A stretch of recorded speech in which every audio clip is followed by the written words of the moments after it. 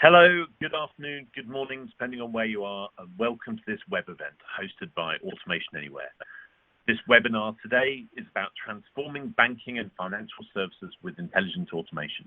And there are three topics in our agenda to cover off: RPA industry trends and digital workforce overview, some use cases around financial services, and 3 steps to RPA success. My name is James Denning, and I'll be hosting this call. I work as Chief Evangelist for the region for Automation Anywhere. Prior to that, I set up and ran our European operation. Some housekeeping: all lines are muted during the presentation, so if you have any questions, please use the Q&A box in your BrightTalk screen, and we'll try and answer your questions during the presentation or in a Q&A session at the end. If your webinar freezes or you have any other technical difficulties, try refreshing the BrightTalk webpage, or as another alternative, closing down and reopening the browser, and that should usually fix the problem. Finally, a recording of this webinar will be available here on BrightTalk in around 24 hours' time, in case you missed anything or would like to refer to some of the points discussed today. Thank you. I'm delighted today to be joined by my friend and colleague, Ken Merzel, our global industry leader for financial services. Ken, I've explained what your job title is, but perhaps you'd care to share a bit more of your background. Thanks, James. Happy to do so.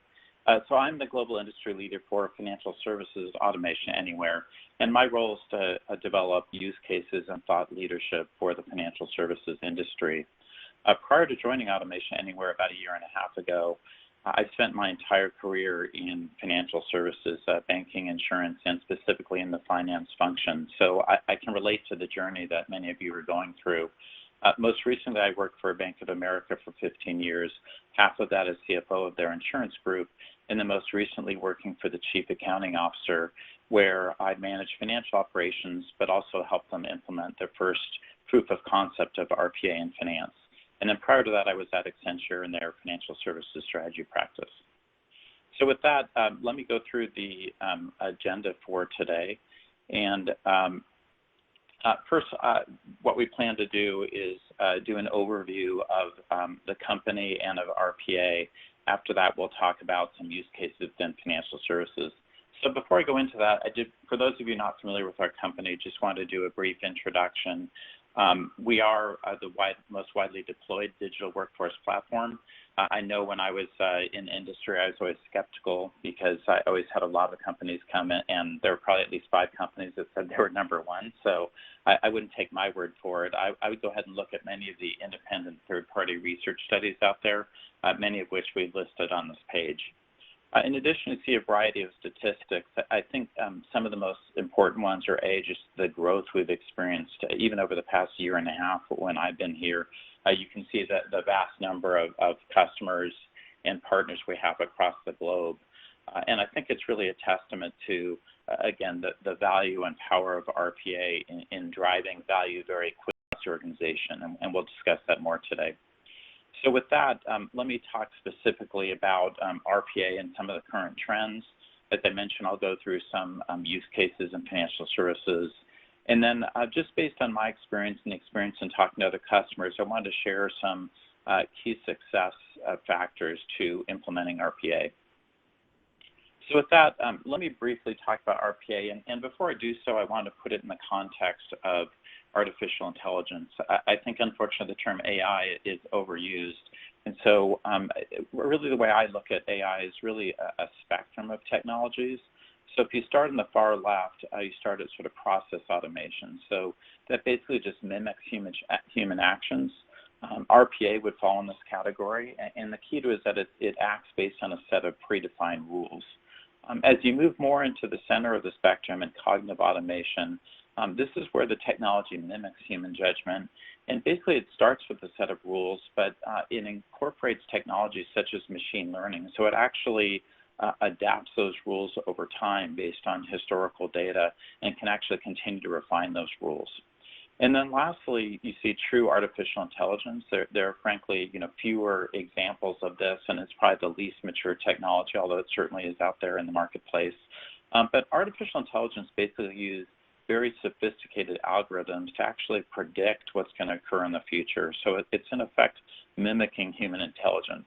And some of the examples that you may have heard of or be familiar with are you might have heard of deep learning or in fact, like autonomous vehicles are actually using AI technology. So with that as a background, let me talk about RPA itself. And again, RPA is a very mature technology. I think part of the challenge, frankly, that the industry has done itself a disservice by calling it robotic automation, because when I was first learning about it, literally a lot of people think about robots, but RPA is simply software that just sits on top of the existing systems and performs manual tasks, much in the way that an individual employee would do so. So the keys to it are that it emulates exactly what a person would do in terms of, typically very manual, repetitive tasks tend to be very data-oriented. I think a good example might be, think about an invoice processor, for example, who every day might log into a system using their ID, download some information, create a report, upload it back into the system, and then send an email off to their supervisor. The RPA bot would do exactly the same thing at the click step level. So RPA often gets its own employee ID, can log into systems, send information, send emails, etc. So pretty much the exact same process, but again, it takes out all that manual repetitive work. Again, it needs to be based on a set of defined rules. And I think the key difference with RPA versus other traditional technologies is that it integrates seamlessly with other applications. And very easy to use, user-friendly sort of drag and drop technology, so that you can very easily both create the code and actually read it and see what it's doing. So with that as a backdrop, I want to talk about sort of our vision for where we see the technology going. And we often refer to it as a digital workforce as opposed to RPA alone, because we think in terms of truly being able to provide a digital workforce, you need a combination of technologies as opposed to any individual one. And so to start off, for example, built into our platform, of course, we start off with RPA. Most common version that people are familiar with is unattended automation, where basically you kick off a bot, it'll run in the background and perform its tasks while you're doing other things. But increasingly, the technology is moving towards attended automation, so that in real time, you can actually gain information. For example, if you're a CSR, get all the information about a customer's transaction and be able to interact with other members of your team in real time while working to provide service. So our platform incorporates both types of RPA. In addition, increasingly, a digital workforce includes some element of cognitive technology. By way of example, we've included within our platform a product called IQBot. It's basically intelligent data extraction. So the key challenge is that typically information is not readily available to be put through RPA. So for example, to the extent you have documents in unstructured data forms, so they're sitting in emails or they're sitting in a PDF file, intelligent data extraction technology enables you to actually take that information out and then run it through RPA.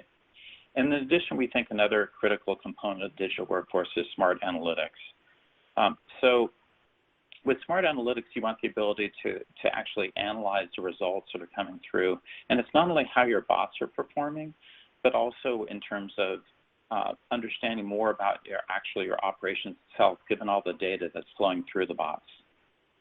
So all those in combination, we think, are very critical capabilities to provide a true digital workforce. And you can actually see that we've actually developed a bot store with pre-developed bots, not only that have individual processes, but actually are defined by role or skills. So you can actually have a combination of automated capabilities which provide actually a digital worker that can, again, support your employee workforce.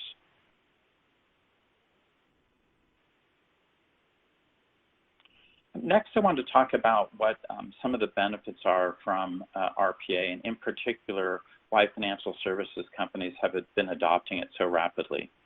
So as you'd expect, most companies initially look at RPA for driving operational efficiency. So how can I reduce costs and eliminate some of the manual touch points within a process? But increasingly, as our customers use RPA, they realize there are significant additional benefits. Probably first and foremost is really enhancing customer experience. So in particular, really being able to drive the speed and accuracy of interactions is really critical when you're working with customers. In addition, financial services companies are typically highly regulated, and so the ability to strengthen governance is absolutely critical. So driving data privacy, access controls, detecting fraud, all those are enabled via RPA. In addition, RPA is also used by companies to help foster innovation. So RPA is often used as a starting point for a company and really as the foundation, and then over time they add more and more cognitive and AI type technologies. And then lastly, it may be counterintuitive, but companies are also using RPA to really empower their employees. I think historically people thought of RPA as a replacement for employees, but we really view the technology more as think of it as a digital assistant. So it really enables your employees to focus on much more value-added activities and lead that sort of manual, repetitive work to the technology. So with that, let me talk specifically about how the technology is being used within financial services. So first I'd like to start off with is a high-level summary of where we see RPA being deployed across the value chain in financial services. And of course, the industry is very broad, so I'm just going to give you a couple examples in each of these different areas. So first of all, we're seeing RPA being deployed heavily as it relates to the loan fulfillment process, particularly, for example, in mortgage origination, which is very paper-intensive, and I'll give you some examples of how it's being used there. But in addition, throughout the loan fulfillment process, in terms of processing applications, servicing, underwriting, all those areas are using RPA. In addition, we're seeing in the wealth and asset management space a significant amount of interest. And again, it could be used in front, middle, or back office applications. We're seeing a lot of interest, particularly around client onboarding, in terms of getting all the information necessary to set up a client account. And we'll talk about how that also relates to the compliance process shortly. But again, on the back end, we see a lot of usage around payments and settlements as well. And then another area that's really common to financial services and frankly all industries is applying RPA to enable customer service. So, very simple tasks in terms of opening an account, closing an account, doing updates to basic customer information. But increasingly, companies are beginning to use the attended automation technology that I mentioned earlier to truly drive enhanced customer support in the call centers. And particularly, as I mentioned, in terms of bringing up all the customer information right up front, in terms of all the transactions they've done, the products they own. But in addition, being able to enable real-time collaboration with supervisor or underwriters while they're on the phone. Another major area of focus for RPA in financial services is around compliance. And as we'll talk about in more detail today, particularly in the area of KYC and AML, given the data-intensive nature and ongoing nature of that work, a lot of companies have found significant benefit there. And I'll give you some specific examples a bit later in the presentation. In addition, the last two columns are not unique to financial services, but data is absolutely critical in the financial services space. And so really across functions, RPA is being used heavily for mining data and validating data. In addition, on an interim basis, RPA is often used to help migrate data from one system to another as companies implement new core processing platforms, moving away from some of their proprietary legacy platforms. And often also for data testing. So to the extent a regulator comes in and wants to audit the data, organizations are often able to use that to compare data to other collateral documents to ensure accuracy. And then finally, RPA can be used across all corporate functions.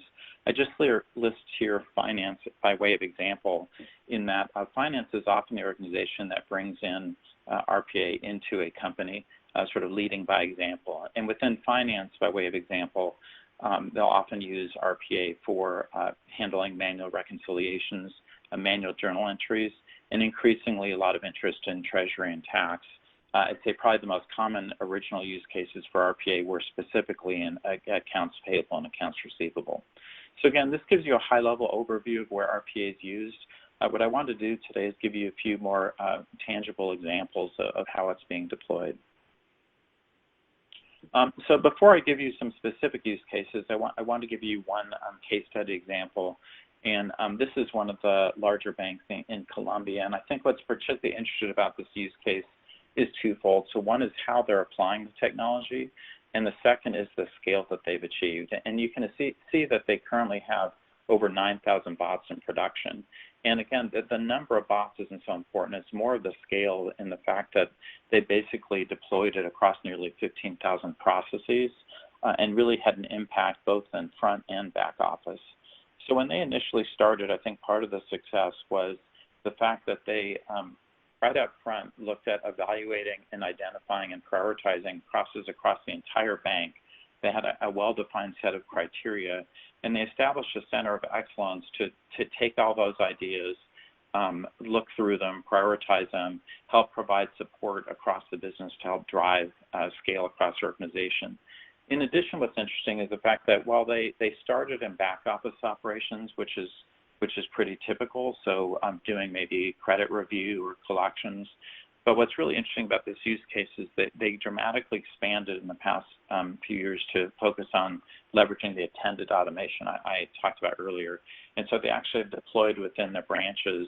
Their employees have actually tablets where they can access customer information in real time and perform basic tasks, also provide cues in terms of potential additional products that a customer might be interested in. So a very interesting way of comprehensively applying the technology across the organization. And I won't read all the stats here, but you can see they've had dramatic impact. In the first year alone, they implemented well over 100 bots. And in their first year, they had a tremendous 1,300% ROI. And again, it's due to the fact that, again, this technology is very low cost relative to traditional automation and can also be implemented very quickly. And you can see the significant savings they had in terms of not only dollar cost, but the hours saved in the branches, which enabled their tellers then to spend more time with their customers, and also were able to help customers much more quickly when they called into their call center. So one of the areas I mentioned that is a pretty common use case is in Know Your Customer Anti-Money Laundering, or KYC AML. And so I just want to show you a few things in terms of where specifically the technology is being applied. And for those of you familiar with the program, you can see that it really applies to all the key components of the program. And I think the reason why RPA works so well is because for those of you familiar with KYC AML, it's typically very manual driven, often accessing internal and external databases to drive through huge volumes of data. It constantly needs to be refreshed. And one of the biggest challenges of KYC AML process is the fact that you're dealing with data that sometimes isn't completely accurate, and it drives false positives, which can drive not only a poor customer experience, but often regulatory fines for doing so. So let me show you where it's being applied across the process. And what you see here is a heat map. So this is a tool we often use to identify opportunities for RPA automation, where you can see here in the dark orange are areas with high potential for automation, going to gray in the areas of low potential. Those low potential areas are typically ones where they require a significant amount of human judgment. Those that are darker, as you'd expect, are those that tend to be very data intensive, very manual in nature, and very, very repetitive. So if you look particularly at this chart, you can again see the various phases of the KYC AML process, starting with that initial customer data gathering. And as you'd expect, in the customer data collection and CIP program, those areas where you're just extracting basic data, so name, date of birth, proof of address, proof of identification, getting that basic information from some of your internal systems and putting that into your compliance management system. Again, very easy task for KYC AML. In addition, as part of the CIP program, you might be going out against other aspects of your internal data and extracting that. And particularly as you move into the CDD process or customer due diligence, you're going to be going against not only internal databases, but external databases, public records, for example, for either individuals or companies, and using that to validate customer information. So again, RPA is very adept at doing that and looking at not only internal data, but external websites and extracting that information and doing comparisons to validate data. In addition, as you move to the ongoing account monitoring process, again, that process requires you to basically continue to look for patterns and ongoing transaction activity. And again, the KYC is very adept at doing that, given that you can set a very consistent set of rules for things to look for that'll flag triggers for you to do additional research. And again, ultimately, it will provide information to give you a sense for what's the level of risk associated with this particular new account, and then be able to provide a flag for additional analysis to the extent a variety of risk factors are there. In addition, in the last column related to the overall program management, you can see that actually the bots can also be used to monitor how your process is performing. So you could perform process audits. You could also monitor external changes in regulatory rules and see what's changed to ensure that you're constantly updating your process. So overall, across the board, you can see applications for KYC AML, and it's probably one of the highest areas of interest when we speak to banks and other financial services organizations. One last example in KYC AML is how you can apply attended automation in this process. So, for example, to the extent that you have a customer who's initially calling in to open an account, you can immediately be able to scan all the documents and information you have associated with the customer, either, again, internal data or external data. The bots can also be used to validate an application that's been submitted to ensure all the data is been filled out completely and also matches other data that you might have in other databases. Again, you can leverage the bots to access external databases, publicly available information, and cross-check that information. And then if for whatever reason, let's say some type of flag comes up, again, attended automation enables you in real time to speak with, in this case, a manager to get an approval, so that rather than putting the customer on hold or having to call the customer back, you can do that all in real time while you're still on the phone, leveraging the bot technology. And then based on that, the bot can then compile all the information and prepare a welcome pack for the customer. So overall, in terms of how RPA applies to KYC, first of all, it ensures that you have an accurate risk profile on getting accurate data. It can also drive operational efficiency throughout the process. So again, taking all those manual steps and having the bot perform those, so you can focus on more of the customer service and complex risk analysis. In addition, again, it'll do screening for AML based on the rules you've applied. And then it really provides for an overall improved client onboarding process. In that, again, you're going to spend your time with the customer as opposed to going through documents, and then enabling the bots to actually scour through documents for important information. And then lastly, you can apply the bots to actually look for additional changes in regulations and ensure you're being compliant. So with that, let me go to another area within financial services where RPA is commonly applied. And as I mentioned earlier, that would be in the mortgage lending space. As I mentioned earlier, this is the same type of heat map, again, showing you areas of automation from high to low. And again, for your organization, your heat map might look different. It's often a tool I encourage customers to use to create your own heat map. There may be some areas where you actually have already done a lot of automation, or others where you've done less. And so, your heat map might look a bit different from this. But when we look across companies, we see opportunities really across the value chain within a mortgage. Certainly up front in the application process, given, again, the very data-intensive and paper-based process that it is today. So being able to take all that information, extract the information, particularly out of handwritten or PDF forms, extract that information, index the information so that it's easy to find again, and do some level of validation of the data against other databases that you may have are very typical functions.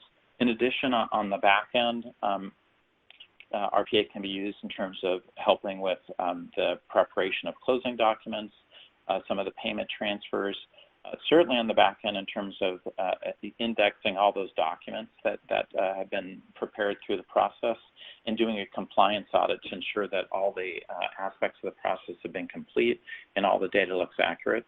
And then ultimately, mortgage servicers are also using it for customer service support, managing processing of payments, or even managing escrow. This is a much more detailed example in terms of how RPA can be used to manage some of the ordering services. So whether you're ordering appraisal, credit, title, often that tends to be a very manual intensive process. And what you can see across the top is the typical process before automation. The bottom is what it looks like after automation. I won't go through all these steps in detail, but I think some of the challenges in the process before automation are typically that because systems are not always connected between the mortgage origination system and the ordering systems, often an analyst will have to input a lot of the information from the origination system into the ordering system to submit the order. Then the analyst would have to wait around for that data to come back. Once it comes back, they'd often have to then re-enter that information from the appraisal back into the mortgage origination system and ultimately send emails off to the mortgage advisor when that comes through. So RPA, as you can see in the bottom, really helps dramatically automate that process. So up front, the bot can basically copy the data from the origination system into the ordering system, so it avoids that rekeying of information. In addition, bots can be triggered, so as soon as the appraisal comes back, it can immediately be triggered to take all the data, scan it, and enter it back into the origination system. In addition, can send an email to the appraiser or to the loan advisor. So basically, all the time is spent, as it should be, on really underwriting that loan and assuring that you have all the information to make a decision, as opposed to doing a lot of the manual entry. And again, the same type of example you could see, again, whether you're ordering credit or title, or to the extent you need to determine if someone's living in a flood zone. So let me give you one more example in a different area, and this is in wealth management. Again, similar type heat map where, again, the more manual, repetitive, data-intensive activities are shaded in darker orange here and have higher opportunity for automation. And as I mentioned earlier, there are opportunities really across front, middle, and back office where RPA can help streamline the process. So again, in terms of onboarding, getting that account set up, I mentioned in terms of middle office, and we saw examples of how KYC AML can assist. RPA is often used extensively in terms of preparing reports, whether that's portfolio performance reports, risk reports, doing any kind of reconciliations. And then the back office, RPA is being increasingly used in terms of managing payments, whether, again, that's ACATS, ACH payments, managing settlements, et cetera. So really across the board, a lot of usage within wealth management area. One last thing I wanted to talk about was I've shown you so far a lot of traditional use cases in RPA. As you can imagine, in the current environment, companies have been much more heavily looking to automation to help in situations where companies are faced with business continuity issues, so either shortfalls in staffing or inability to have workers obviously come into the office, and so the need for automation of some of those processes, and also increased volume, particularly in call centers. And so these are just some of the examples where we're seeing RPA being used within financial services companies. So, and I'll show you some quick examples here, but particularly in terms of automating forbearance programs, from a business continuity standpoint, certainly doing scenario modeling. In customer service, much more heavy use of that attended automation. And then really, again, in data management, which is really critical across the entire organization, but particularly, in dealing with supply chain issues, et cetera. So let me just give you maybe just a few quick examples of how it's being applied. And again, you'll see here that the benefit is the fact that it can be deployed extremely quickly. So whereas a traditional automation project might take several months, most of these examples were done in 1 or 2 weeks, given the urgency of the situation. So for this example, we're showing here where UBS was trying to implement one of the zero-interest loan programs that was rolled out by the government. And again, we've seen many of these programs across the globe, similar ones where RPA has been enabled, enabling similar programs in the U.S.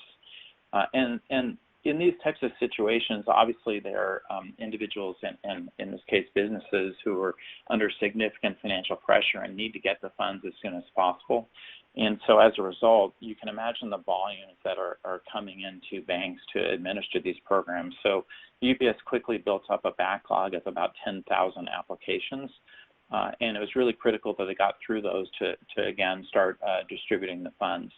And so what they were finding is typically, as is typically the case when these new programs come up, banks have to basically develop an entirely manual process to do so. And by deploying bots, they basically were able to reduce the processing time from 30 to 40 minutes to just 5 to 6 minutes, and therefore much more quickly get through that backlog and therefore get the funds to their customers. So again, they're able to implement these bots. In this case, really about within 6 days to get the bots up and running. So has a dramatic impact not only on operations, but more importantly in terms of their customers who are in dire need of the funding. In another example, as you can imagine, in the current environment, banks have all needed to implement loan forbearance programs. So basically, delaying the requirement for payments on loans and avoiding triggering delinquent credit notices to the rating agencies. So in this example by a bank in South America, they basically they decided to proactively reschedule about 6 million loans in their portfolio. And they realized if they tried to manually do that, it would probably take about 100 people over 2 years to do so, and not to mention the fact it would cost millions of dollars. And so again, what they had done was within a matter of weeks, developed a bot that basically had rescheduled all the loans. And then they were able to deploy that bot and implement all the rescheduling of the loans over the course of about a week and a half. So again, save them not only a tremendous amount of resources and costs, but again, equally importantly, they were quickly able to avoid having any kind of negative impact on their customers who are under significant financial pressure, and therefore drove much higher customer satisfaction rates. So with those examples, one last thing I wanted to share with you, as I mentioned earlier, just some key steps to implementing RPA. Again, this is based on not only my personal experience when I was in the industry, but seeing other customers who've successfully done so. And you probably could list 10 different steps, but I've tried to boil it down to 3 simple ones. So first of all, the absolute key is selecting the right process. I mean, every single process is not perfect for RPA. And again, you want to look for those that, as I mentioned before, manual, data-intensive, repetitive, tend to be rule-based. If you need a lot of human judgment, then you're probably going to have to add more cognitive technologies. You also want to get a process that's probably more mature and not likely to change frequently. So to the extent a process is constantly evolving, every month or two, there's going to be a change. It probably doesn't make a lot of sense. But to the extent that you have a process that's going to be around for quite some time, or even if you're going to implement, let's say, a new system where the process is going to change, but those system implementations typically take 1 to 2 years. Given the quick time for implementation and the relatively low cost, companies still might opt to implement RPA, even though they know that they might need to, that processes will change a year from now. In addition, you don't necessarily need to completely re-engineer your process. To the extent it's very inefficient, there are multiple steps, but if you followed them exactly, you would get the right output with low error rates. You could still use RPA as opposed to traditional automation where you might want to completely re-engineer a process given the cost. In addition, you also want to typically start small and get some quick wins before you scale. So companies will often start with a proof of concept to help get everyone comfortable with RPA, maybe develop a video, socialize it across the organization to help simulate additional ideas. But once you have a successful proof of concept, you really want to quickly evolve to really identifying areas where you can achieve significant scale and have significant impact. So look for areas where you can get some quick success, and then quickly prioritize those opportunities where you're going to get the most return on investment.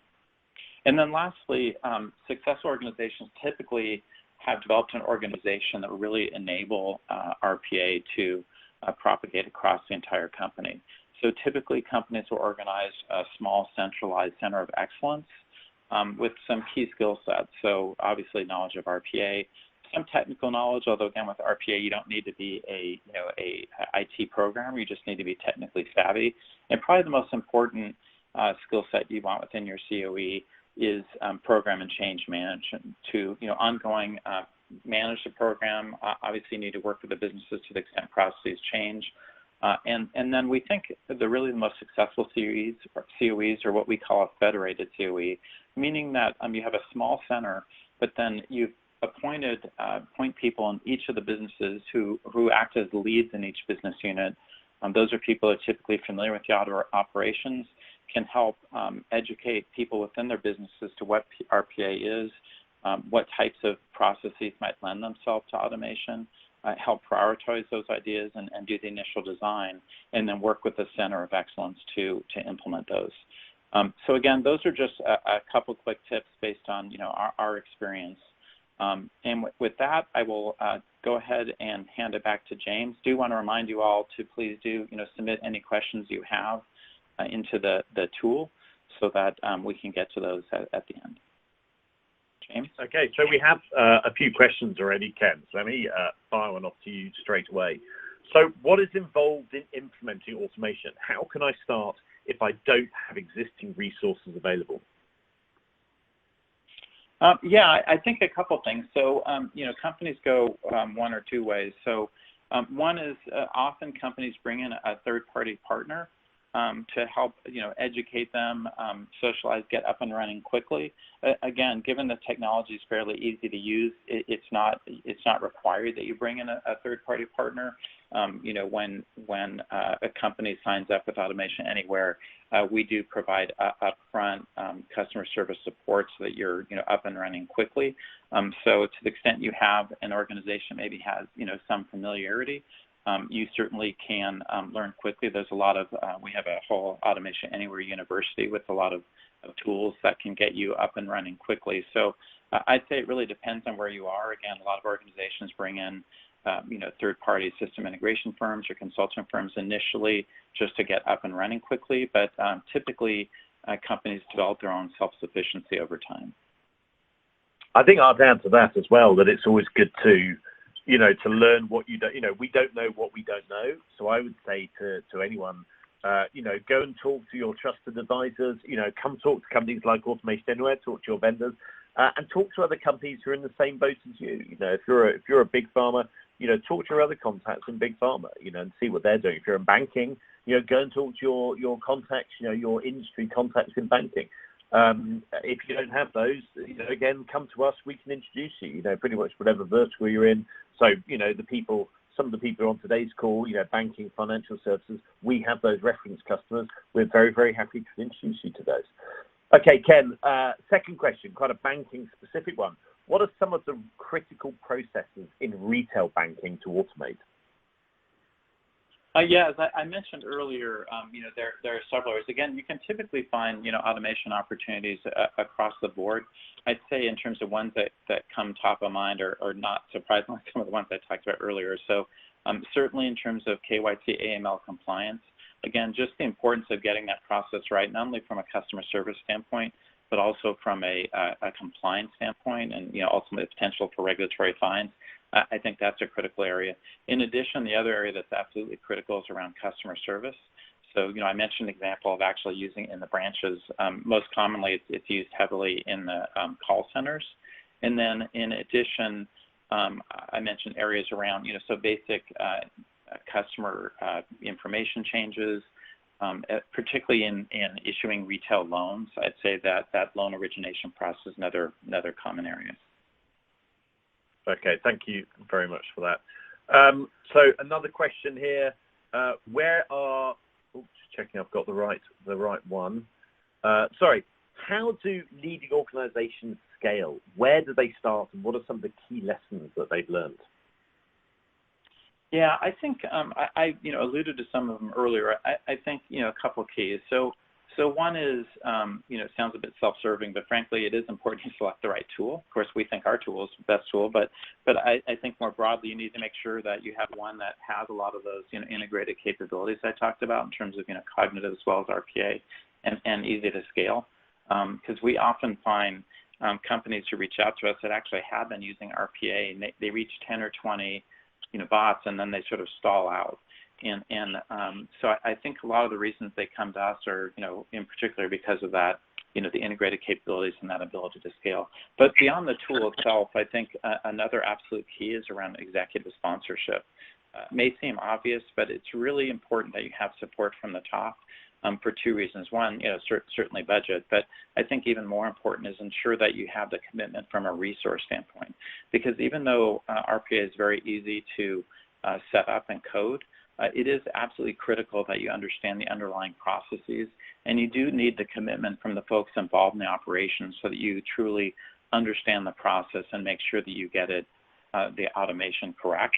So I think that executive sponsorship is key. And then the last is one that I mentioned earlier, which is around ensuring that you have the appropriate organizational setup to support the program. So, again, initially companies don't necessarily have a large, a formalized COE, but again, having some people who are focused on it, educating people as to what it is, ensuring that you have the appropriate QA, for example, as bots are being developed, that you have the appropriate program and change management is really critical. So I think, that really having the right tool, the executive sponsorship, and the COE are really critical.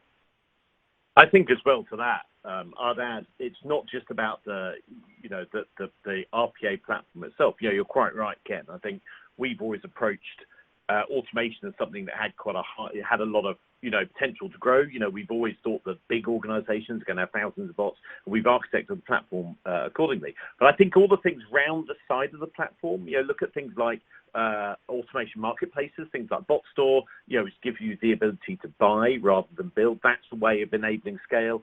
Having things like artificial intelligence embedded into the platform, which gives you access maybe to those slightly higher hanging fruit. Again, that's something to scale. Customer success programs, partner networks, all of those things are there to help companies scale. So I think you've got to cast your viewpoint quite wide and consider all those factors before deciding, what's your route ahead if scale is really important to you. But no, I completely agree with you. I've got a question for everyone else out there at this point.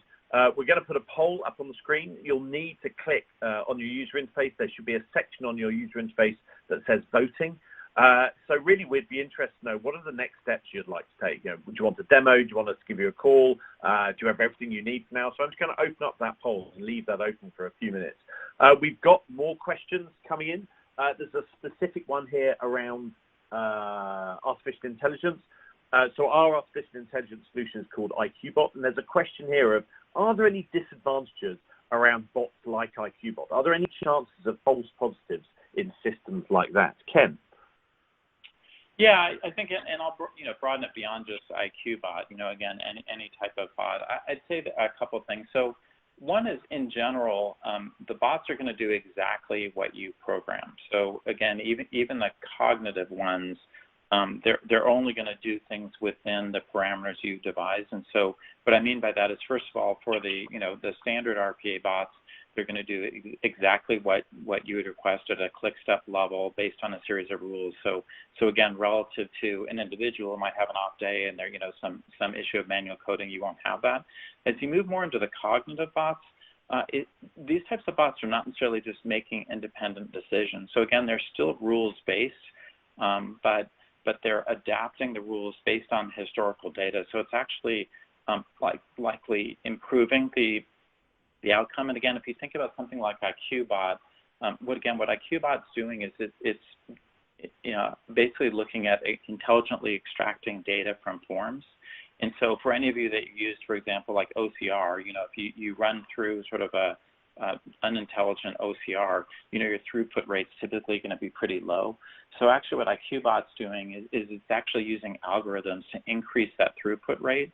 So you're going to have a much higher throughput rate. In addition, built into those bots are exception reporting. So to the extent the bot realizes based on a series of algorithms, this is an outcome that is likely to have a higher chance of error, it's actually going to kick those out and give you a chance to review. So I'd say it actually improves the throughput overall. In addition, anytime you're implementing RPA, whether it's IQBot or anything else, you're still, it's still absolutely critical that you maintain control. So it's not like you're just running the bots and not having any QA anywhere in your process. So, for example, when you run IQBot, you're initially doing training. So you're actually running through a series of forms and looking for potential errors and modifying that. So it's actually increasing the throughput rate.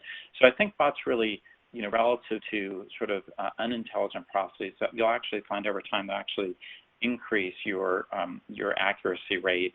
And again, it's still critical that you maintain your own, controls despite the accuracy of those bots. I think you're absolutely right. The whole point of artificial intelligence and machine learning is to increase your accuracy rate. Does it mean that you'll, that you really have? And is there a chance of false positives? Yeah, there's a chance of false positives, but that chance will be dramatically reduced. Artificial intelligence based solutions like IQBot do not guarantee 100% throughput, but they will guarantee a higher throughput than if you're using non-machine learning type systems. There's a question here about the difference between what is the difference between cognitive automation and enterprise cognitive automation. Ken, I'm not sure there is a massive difference. I think, one is aimed at the enterprise, but fundamentally cognitive automation, so our rules-based automation supplemented and enhanced by artificial intelligence. That applies to the enterprise, but also to the mid-market. What do you think? Yeah, I think, the only difference here in the two terms is the word enterprise. And so all I would say is that, again, you want to make sure in any system you have, particularly when you're in a financial services company, that it's enterprise grade. And so what I mean by that is you have the appropriate data security, data privacy, governance. So ensuring that you have all that, which, for example, is, built into the control room we have. So you have, production control over all the bots, so no one can just put a bot into production. You have role-based access controls, audit trails, a credential vault with all the passwords so they're secure, appropriate levels of data security. So we have, for example, I'm not an IT guy, but, SOC 2 certification, et cetera. So I think that's the main thing is, again, cognitive automation is cognitive automation. There are different levels of AI, but from an enterprise standpoint, it's making sure that you have some of that governance and control built in, which is, again, critical for, banks and financial services companies. And I think that there is often people feel that they have a choice. Either we take a solution that's enterprise ready, like you say, or it has that governance, it has all of those things in place that it needs, or people take a solution that's easy to set up, relatively low in cost for that mid-market. I think we're quite proud that we generally think we have a platform that does both. We know we're enterprise ready. We've been enterprise ready for years. That's why we've got, a couple of thousand enterprise size customers. But what's really encouraging now is, especially with our cloud-based A2019 solution, is seeing the really fast adoption of that in the mid-market. And the answer is to the question, is automation suitable for companies that aren't major enterprises? Yeah, absolutely. There are huge savings in cost. There are increases in accuracy and in efficiency that apply absolutely to SMEs. If I said to anyone who runs an SME or anyone who runs a big chunk of an SME, look, you've got a team of 30 people, we can show you how to use automation to maybe automate, 15, 20% of what they do. In other words, we can create 5 or 6 FTEs worth of additional resource. Would you find a use for that resource? If we freed up 5 or 6 of your people, would you be able to provide real value to the business doing something new with them? And the answer, of course, is yes. So I think, enterprise, the difference between enterprise cognitive automation and cognitive automation, you can have a platform that fits many, many different sizes. Final question we've got here, which is probably a good one to end on, Ken, for you, is what person by title, what role is typically the person taking the lead to automate at a retail bank? Yeah, not surprisingly, it varies by bank. It's not always one individual calling in, but I'd say probably maybe 3 or 4 areas come to mind. One, as I mentioned, interesting enough, finance. So often it's the CFO or the SVP of finance that brings us in because again they're trying to they have responsibility for driving digital transformation across the organization, which is again much higher focus. So that's a common source. But another area is compliance, and again, not surprisingly because of the importance of KYC, AML, as well as data accuracy testing. And then within the retail banking operations itself, comes in a variety of areas, certainly from the COO organization or operations organization, so whether that's loan operations, for example. Also, individuals responsible for customer experience. So, for example, the leaders of the call center. So there is really no, one person who calls us. Often, obviously, IT might bring us in, but I think the most successful programs are where it's really being driven by the business in close coordination with IT. And so it really could come from any of those areas.